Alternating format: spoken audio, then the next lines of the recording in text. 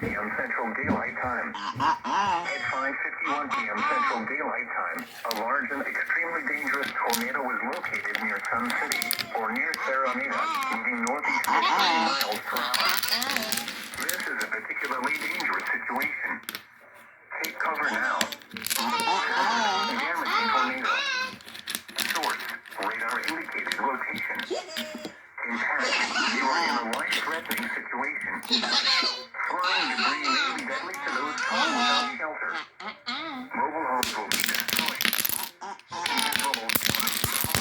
Businesses and vehicles is likely and complete destruction is possible. Locations impacted include Georgetown, Bartlett, Gerald, Seton, Schleicher, and Wahlberg.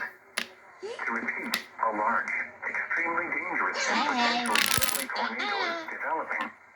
To protect your life, take cover now. Move to a basement or an interior room on the lowest floor of a sturdy building.